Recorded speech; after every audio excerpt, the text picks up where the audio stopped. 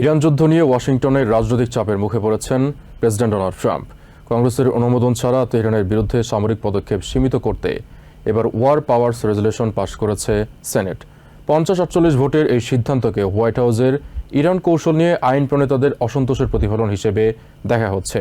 Senate minority leader চাক শুমার দাবি করেছেন, ট্রাম্পের ইরান নীতির জন্য দেশের মানুষকে বড় মূল্য দিতে হয়েছে।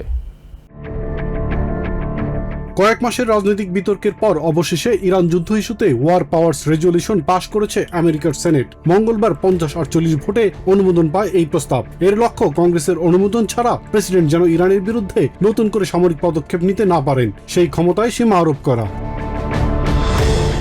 সেনেটে বক্তব্যে মাইনরিটি লিডার চাক শুমার অভিযোগ করেন, প্রেসিডেন্ট ট্রাম্প ইরানের বিরুদ্ধে সর্বোচ্চ চাপ প্রয়োগের প্রতিশ্রুতি দিলেও তার সিদ্ধান্ত আমেরিকান জনগণের উপর বড় ধরনের প্রভাব ফেলেছে। শুমারের দাবি, ইরান ইস্যুতে ট্রাম্প প্রশাসনের পদক্ষেপের কারণে দেশকে ব্যয়বহুল সংঘাতে জড়াতে হয়েছে এবং সাধারণ মানুষের উপর অর্থনৈতিক চাপ বেড়েছে। Maximum cost to the American people with his disastrous war. Every second this war continues, the costs to the American people go up.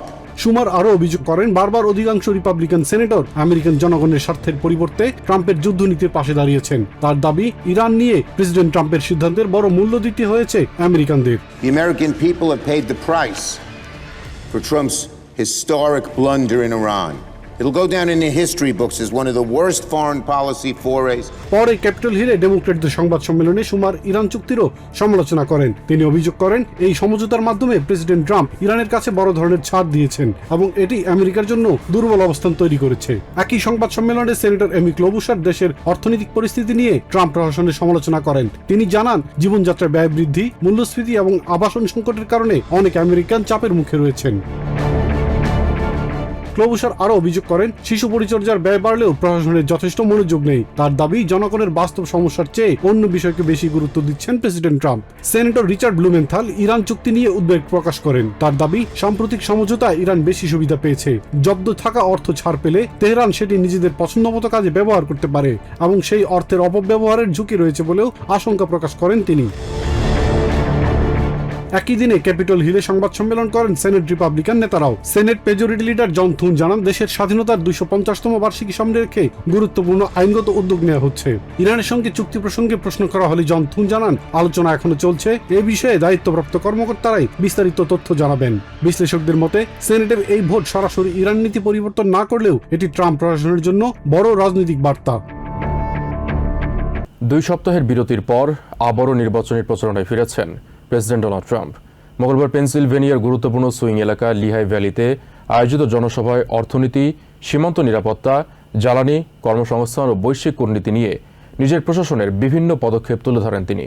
ওষুধের দাম কমানোর লক্ষ্যে ইউরোপিয়ান দেশগুলোর ওপর শুল্ক আরোপের হুঁশিয়ারি দেন ট্রাম্প। পাশাপাশি নির্বাচনী স্বচ্ছতা নিশ্চিত করতে ভোটার আইডি বাধ্যতামূলক করা, পোস্টাল ব্যালট বন্ধ এবং সেভ আমেরিকা অ্যাক্ট দ্রুত পাশ করার আহ্বান জানান তিনি। 2 সপ্তাহের বিরতি কাটিয়ে পেনসিলভেনিয়ার লিহাই ভ্যালিতে নির্বাচনী প্রচারণায় ফিরলেন প্রেসিডেন্ট ডোনাল্ড ট্রাম্প। মঙ্গলবার ম্যাক ট্রাক্স কারখানায় আয়োজিত জনসভায় অর্থনীতি ও উৎপাদন খাত নিয়ে নিজের প্রশাসনের নীতি তুলে ধরেন তিনি। বাইডেন প্রশাসনের বৈদ্যুতিক যান নীতি ও জ্বালানি সংক্রান্ত বিধিনিষেধ বাতিলের কথা উল্লেখ করে ট্রাম্প দাবি করেন, বিদেশি মাঝারি ও ভারী গাড়ির ওপর শুল্ক আরোপের ফলে আমেরিকার উৎপাদন খাত আবারও শক্তিশালী হচ্ছে। ট্রাম্পের দাবি, তার প্রশাসনের 12 মাসে দেশে $19.1 ট্রিলিয়ন বিদেশি বিনিয়োগ এসেছে, যা আগের প্রশাসনের 4 বছরের তুলনায় অনেক বেশি। মধ্যপ্রাচ্যের দেশগুলো থেকে বড় বিনিয়োগ আসার কথা উল্লেখ করে ট্রাম্প দাবি করেন, তার নেতৃত্বে বিশ্বমঞ্চে আমেরিকার অগ্রগতি দেখে চায়নার প্রেসিডেন্ট শি জিনপিংও বিস্ময় প্রকাশ করেছেন। আন্তর্জাতিক রাজনীতি ও জ্বালানি বাজার নিয়ে ট্রাম্প জানান, হরমুজ প্রণালী দিয়ে তেল পরিবহন স্বাভাবিক হওয়ায় বিশ্ববাজারে তেলের দাম ব্যারেল প্রতি $70 কাছাকাছি এসেছে। ইরান প্রসঙ্গে ট্রাম্প দাবি করেন, দেশটির প্রতিরক্ষা সক্ষমতা পুনর্গঠনে দীর্ঘ সময় লাগবে। তার হুঁশিয়ারি, ইরান চুক্তি না মানলে প্রয়োজনীয় ব্যবস্থা নিতে বেশি সময় লাগবে না। এ সময় সাবেক প্রেসিডেন্ট বারাক ওবামার ইরান নীতিরও সমালোচনা করেন ট্রাম্প। তার দাবি, অর্থের মাধ্যমে শান্তি প্রতিষ্ঠার পুরনো কৌশল সফল হয়নি। অর্থনীতির প্রসঙ্গে ট্রাম্প দাবি করেন, পেনসিলভেনিয়ায় 32,000 নতুন কর্মসংস্থান তৈরি হয়েছে। তিনি জানান, লিহাই ভ্যালিতে এলি লিলির $3.5 বিলিয়ন, নোকিয়ার $30 মিলিয়ন এবং বি ব্রাউনের $20 মিলিয়ন বিনিয়োগ আসছে। কৃষি খামার ও ছোট ব্যবসার কর নীতি নিয়ে ট্রাম্প বলেন, অতিরিক্ত করের কারণে অনেক কৃষক কঠিন পরিস্থিতিতে পড়েছিলেন। তার দাবি তার প্রশাসন সেই চাপ কমিয়েছে। পেনসিলভেনিয়ার কয়লা শিল্প নিয়েও কথা বলেন ট্রাম্প। তার দাবি $1 বিলিয়ন বেশি বিনিয়োগের মাধ্যমে বেশ কয়েকটি কয়লা খনি ও 100টির বেশি বিদ্যুৎ কেন্দ্র রক্ষায় সহায়তা করা হয়েছে। ভেনেজুয়েলা প্রসঙ্গে ট্রাম্প দাবি করেন, সেখানে স্বল্প সময়ের সামরিক অভিযানের সফলতা এসেছে এবং তেল খাত থেকে অভিযানের ব্যয়ের চেয়েও বেশি অর্থ উঠে এসেছে। ওষুধের দাম নিয়ে ইউরোপিয়ান দেশগুলোর সমালোচনা করেন ট্রাম্প। তার দাবি প্রয়োজন হলে শুল্ক আরোপের মাধ্যমে আমেরিকার বাজারে ওষুধের দাম বড় পরিসরে কমানো হবে। সীমান্ত নিরাপত্তা প্রসঙ্গে ট্রাম্প দাবি করেন, তার প্রশাসনের কঠোর পদক্ষেপের কারণে অবৈধ অভিবাসন উল্লেখযোগ্যভাবে কমেছে। নির্বাচনী ব্যবস্থা নিয়েও কথা বলেন ট্রাম্প। ভোটের স্বচ্ছতা নিশ্চিত করতে ভোটার আইডি বাধ্যতামূলক করা এবং পোস্টাল ব্যালট বন্ধের দাবি জানান তিনি। তবে জনসভার এক পর্যায়ে এক প্রতিবাদকারী ট্রাম্পকে উদ্দেশ্য করে চিৎকার শুরু করলে নিরাপত্তা কর্মীরা তাকে দ্রুত সমাবেশ স্থল থেকে সরিয়ে দেন। Heavy duty machinery that keeps our economy rolling, our factories moving, and our industries growing all across the nation. দেশের স্বাস্থ্যসেবা খাতে বড় ধরনের জালিয়াতির বিরুদ্ধে অভিযান শুরু করেছে জাস্টিস ডিপার্টমেন্ট। মেডিকেয়ার ও মেডিকেড সহ বিভিন্ন সরকারি কর্মসূচিতে $6.5 বিলিয়ন বেশি ভুয়া দাবির অভিযোগে 455 জনের বিরুদ্ধে ব্যবস্থা নেওয়া হয়েছে। কর্মকর্তারা বলছেন, করদাতাদের অর্থ সুরক্ষা ও ভবিষ্যতের প্রতারণা ঠেকাতে এবার প্রযুক্তি নির্ভর নজরদারি জোরদার করছে ট্রাম্প প্রশাসন। ওয়াশিংটন ডিসিতে আয়োজিত সংবাদ সম্মেলনে অ্যাক্টিং অ্যাটর্নি জেনারেল টড ব্লান্স জানান, জুনের 8 তারিখ থেকে 45টি স্টেট ও অঞ্চলে 56টি ইউএস অ্যাটর্নি অফিসের মাধ্যমে মোট 455 জনের বিরুদ্ধে অভিযোগ আনা হয়েছে। বিভিন্ন অভিযোগপত্র অনুযায়ী অভিযুক্তরা মেডিকেয়ার, মেডিকেড ও অন্যান্য স্বাস্থ্যসেবা কর্মসূচিতে $6.5 বিলিয়ন বেশি ভুয়া দাবি জমা দিয়ে জালিয়াতির সঙ্গে জড়িত ছিলেন। Since June 8th, we've charged 455 defendants across 56, like I said a minute ago, U.S. attorneys' offices. Todd Blanche আরও জানান, গত 2 সপ্তাহের সমন্বিত অভিযানে $182 মিলিয়ন বেশি নগদ অর্থ ও সম্পদ জব্দ করা হয়েছে। স্বাস্থ্যসেবা জালিয়াতির বিরুদ্ধে নেওয়া এসব পদক্ষেপ করদাতাদের অর্থ সুরক্ষায় গুরুত্বপূর্ণ ভূমিকা রাখছে। In terms of Medicaid fraud, we're able to announce today the creation of the West Coast Strike Force and the deployment of additional prosecutors. তার দাবি, মেডিকেড জালিয়াতি মোকাবিলায় ওয়েস্ট কোস্ট স্ট্রাইক ফোর্স গঠন করা হচ্ছে এবং অতিরিক্ত প্রসিকিউটর মোতায়েনের মাধ্যমে রেকর্ড সংখ্যক 295 জনের বিরুদ্ধে অভিযোগ আনা সম্ভব হয়েছে। এসব অভিযুক্তের বিরুদ্ধে $518 মিলিয়ন বেশি মেডিকেড জালিয়াতির অভিযোগ রয়েছে। এই অভিযানে জাস্টিস ডিপার্টমেন্টের পাশাপাশি অন্যান্য ফেডারেল সংস্থা, স্টেট প্রশাসন ও আইন শৃঙ্খলা বাহিনী যুক্ত ছিল। This effort brought together federal agencies, state partners, and U.S. territories across the United States.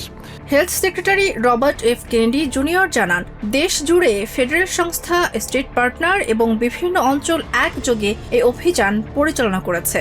তার মতে, জালিয়াতির কোনো রাজনৈতিক সীমারেখা নেই এবং জবাবদিহিতার ক্ষেত্রেও কোনো পক্ষপাত থাকা উচিত নয়। Fraud is no longer being tolerated, is not being put up with, and you've seen the staggering numbers that in just the last 2 weeks. FBI director cash Patel জানান, স্বাস্থ্যসেবা জালিয়াতির বিরুদ্ধে এখন থেকে কঠোর অবস্থান নেওয়া হয়েছে। তার দাবি, গত 2 সপ্তাহে বিশ্বজুড়ে এমন অনেক অপরাধীকে গ্রেপ্তার করা হয়েছে যারা আমেরিকান জনগণের বিলিয়ন বিলিয়ন ডলার আত্মসাৎ করেছে। This is impressive. The first half of this year, we made 1,000 Medicare payment suspensions. 1,000. Centers for Medicare and Medicaid Services বা সিএমএস প্রশাসক ডক্টর মেহমেদ ওজ জানান, নতুন প্রযুক্তি ব্যবহারের ফলে সন্দেহজনক অর্থ প্রদান বন্ধের ক্ষেত্রে বড় অগ্রগতি হয়েছে। উৎসবমুখর পরিবেশে নিউ ইয়র্ক স্টেটের ডেমোক্রেটিক প্রাইমারির ভোট গ্রহণ অনুষ্ঠিত হয়। কেন্দ্রগুলোতে ভোটার উপস্থিতি তুলনামূলক কম থাকলেও যেসব কংগ্রেশনাল ডিস্ট্রিক্টে তীব্র প্রতিদ্বন্দ্বিতা হয়েছে সেখানে ভোটারদের মধ্যে ছিল ব্যাপক আগ্রহ। একই সঙ্গে এবারে নির্বাচনে 5 জন বাংলাদেশি আমেরিকান অ্যাসেম্বলিম্যান পদে প্রতিদ্বন্দ্বিতা করায় বাংলাদেশি কমিউনিটির মধ্যেও ছিল বাড়তি আগ্রহ। সকাল থেকেই গুড়ি গুড়ি বৃষ্টি, এর মধ্যেই ভোর 6টা থেকে খুলে দেওয়া হয় ভোট কেন্দ্রগুলো। নিউ ইয়র্ক ডেমোক্রেট অধ্যুষিত স্টেট, আবার ভোট হচ্ছে ডেমোক্রেট দলেরই ভিতরে। এই প্রাইমারিতে বিজয়ী প্রার্থীরাই সাধারণত নভেম্বরের চূড়ান্ত নির্বাচনে এগিয়ে থাকেন। তাই প্রাইমারি নির্বাচন হলেও মূলত এই নির্বাচনের জয় পরাজয়ের উপরে নির্ভর করে অনেক ডেমোক্রেটিক পার্টির রাজনৈতিক ভবিষ্যৎ। তবে বেশিরভাগ ক্ষেত্রেই বর্তমান জনপ্রতিনিধিদের বড় ধরনের চ্যালেঞ্জের মুখে পড়তে না হওয়ায় জমেনি ভোট যুদ্ধ। গভর্নর কেতি হুকুল এবং অ্যাটর্নি জেনারেল লেটিশিয়া জেমস বিনা প্রতিদ্বন্দ্বিতায় আগেই প্রাইমারি জিতেছেন। তবে ভোটের মাঠ কিছুটা জমিয়ে তুলেছেন mayor Zoran Mamdani. House minority leader হাকিম জেফ্রিস সমর্থিত 3 প্রার্থীর বিরুদ্ধে প্রতিদ্বন্দ্বী প্রার্থীদের সমর্থন দিয়েছেন তিনি। ফলে এবারে নির্বাচনের ফলাফল নিউ ইয়র্কের রাজনীতিতে মামদানি নাকি জেফ্রিস কার প্রভাব বেশি তার একটি বড় পরীক্ষা হিসেবেও দেখা হচ্ছে।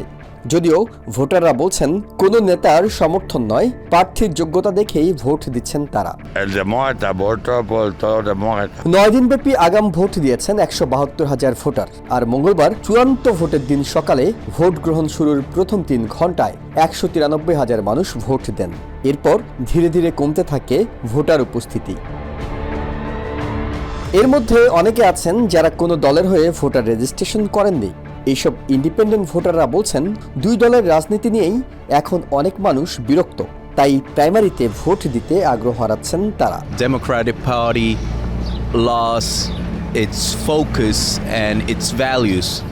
They ended up paying attention to the same oligarchs that funds the Republican. এবারে নির্বাচনে 5 জন বাংলাদেশি আমেরিকান প্রার্থী হয়েছেন। তারা হলেন শামসুল হক, জাকির চৌধুরী, মেরি জোবাইদা, পিয়া রহমান ও মোহাম্মদ মোল্লা। তাই বাংলাদেশি কমিউনিটির অনেকেই তাদের পছন্দের প্রার্থীকে ভোট দিতে কেন্দ্রে গেছেন। ভোটের পরিবেশ নিয়েও সন্তোষ প্রকাশ করেছেন তারা। ভোটের মার্জিনটা এত কম, যদি আপনারা সবাই আসেন নিজ নিজ দায়িত্ব থেকে, আমি মনে করি আমাদের একজন ক্যান্ডিডেট আমাদের পক্ষে সম্ভব হবে যে ওই ডিস্ট্রিক্টের বা ওই কংগ্রেসুয়াল ডিস্ট্রিক্টের একজন ক্যান্ডিডেট হতে পারবে। না, আমরা যখন এখানে নাগরিকত্ব পেয়েছি অবশ্যই আমাদের ভোট দেওয়া উচিত। এটা আমাদের সচেতনতা। কেন আমরা বাঙালি হয়ে এই জিনিসটা মিস করব? অবশ্যই না। এখন আমি আমেরিকান। রাত 9টা পর্যন্ত চলে ভোট গ্রহণ। নিউ ইয়র্কের congressman, state controller, state senator, assemblyman সহ বিভিন্ন পদে এই ভোট গ্রহণ অনুষ্ঠিত হয়। একেবারে উৎসব মুখর কিংবা ব্যাপক ভোটার উপস্থিতির বিষয়টি লক্ষণীয় না হলেও যে কয়েকটি কংগ্রেশনাল ডিস্ট্রিক্টে তীব্র প্রতিদ্বন্দ্বিতা হয়েছে সেসব এলাকায় প্রার্থীদের জমজমাট প্রচারণা ছিল চোখে পড়ার মতো।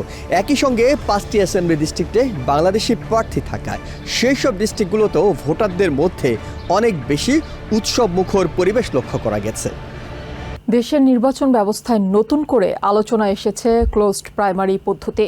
প্রধান 2 রাজনৈতিক দলের সঙ্গে নিবন্ধিত না থাকায় 39 মিলিয়নের বেশি স্বতন্ত্র ভোটারের একটি বড় অংশ দলীয় প্রার্থী বাছাই প্রক্রিয়ায় অংশ নিতে পারছেন না। নিউ ইয়র্ক সহ 20টির বেশি স্টেট ও ওয়াশিংটন ডিসিতে চালু থাকা এই ব্যবস্থায় হতাশা জানিয়েছেন অনেক ভোটার। সমর্থকদের দাবি এতে দলীয় প্রক্রিয়া সুরক্ষিত থাকে। তবে সমালোচকরা বলছেন স্বতন্ত্র পরিচয় বেছে নেওয়া দেশের মিলিয়ন মিলিয়ন মানুষের রাজনৈতিক অংশগ্রহণ সীমিত করছে ক্লোজড প্রাইমারি ব্যবস্থা। সাধারণ নির্বাচনে ভোট দেওয়ার সুযোগ থাকলেও অনেক স্টেটে দলীয় প্রার্থী বাছাইয়ের প্রাইমারিতে রয়েছে আলাদা নিয়ম। নিউ ইয়র্ক সহ 20টিরও বেশি স্টেট ও ওয়াশিংটন ডিসিতে চালু রয়েছে ক্লোজড বা আংশিক ক্লোজড প্রাইমারি ব্যবস্থা। এই নিয়মে কোনো ভোটার নির্দিষ্ট দলের প্রাইমারিতে অংশ নিতে চাইলে সাধারণত আগে থেকেই সেই দলের সঙ্গে নিবন্ধিত থাকতে হয়। ফলে ডেমোক্রেটিক বা রিপাবলিকান পার্টির সঙ্গে নিবন্ধিত নন এমন অনেক স্বতন্ত্র ভোটার দলীয় প্রার্থী বাছাইয়ের এই ভোটে অংশ নিতে পারেন না। নিউ ইয়র্কের ভোটার এড ব্র্যাডি জানান, স্বতন্ত্র ভোটার হিসেবে প্রাইমারিতে অংশ নিতে চেয়েছিলেন তিনি। তবে দলীয় নিবন্ধন না থাকায় তার দেয়া ব্যালট শেষ পর্যন্ত গণনায় আসবে না বলে হতাশা জানান তিনি। প্রতিবেদন অনুযায়ী 39 মিলিয়নেরও বেশি আমেরিকান ভোটার ডেমোক্রেটিক বা রিপাবলিকান কোনো প্রধান দলের সঙ্গেই নিবন্ধিত নন। গ্যালোপের জরিপেও দেখা গেছে রেকর্ড সংখ্যক আমেরিকান এখন নিজেদের স্বতন্ত্র ভোটার হিসেবে পরিচয় দিচ্ছেন। ওরেগনের মতো কিছু স্টেটে প্রাইমারি ব্যবস্থা আরও উন্মুক্ত করার উদ্যোগ নেওয়া হলেও অন্য কিছু স্টেট দলীয় ভোটারদের মধ্যেই প্রাইমারি সীমাবদ্ধ রাখার পক্ষে অবস্থান নিয়েছে। এদিকে ভোটার তথ্য ব্যবহারের বিষয়ে ট্রাম্প প্রশাসনের 2টি উদ্যোগ আটকে দিয়েছে ফেডারেল আদালত। ওয়াশিংটন ডিসির একটি ফেডারেল আদালত ফেডারেল ডেটাবেজ ব্যবহার করে ভোটারদের নাগরিকত্ব যাচাইয়ের উদ্যোগ বন্ধের নির্দেশ দিয়েছে। অন্যদিকে মেরিল্যান্ডের একটি আদালত স্টেটের সম্পূর্ণ ভোটার তালিকা জাস্টিস ডিপার্টমেন্টের হাতে দেওয়ার আবেদন খারিজ করেছে। ডেমোক্রেসি ডকেটের প্রতিষ্ঠাতা মার্ক এলিয়াস অভিযোগ করেন ট্রাম্প প্রশাসন স্টেটগুলোর ভোটার তথ্যের উপর নিয়ন্ত্রণ নেওয়ার চেষ্টা করছে। এদিকে পেনসিলভেনিয়ার স্থানীয় ভোটারদের একাংশের মধ্যে প্রেসিডেন্ট ট্রাম্পের নীতি নিয়ে অসন্তোষ দেখা গেছে। অন্যদিকে সাবেক কংগ্রেসম্যান ডেন রিগলম্যানের মতে জেডি ভ্যান্স এবং মার্কো রুবিও দুজনই এখন ট্রাম্পের ঘনিষ্ঠ সহযোগী হিসেবে নিজেদের অবস্থান শক্ত করার চেষ্টা করছেন। নিউ ইয়র্ক থেকে সম্প্রচারিত TVN 24 টেলিভিশন বিশ্বজুড়ে বাঙালির কণ্ঠস্বর।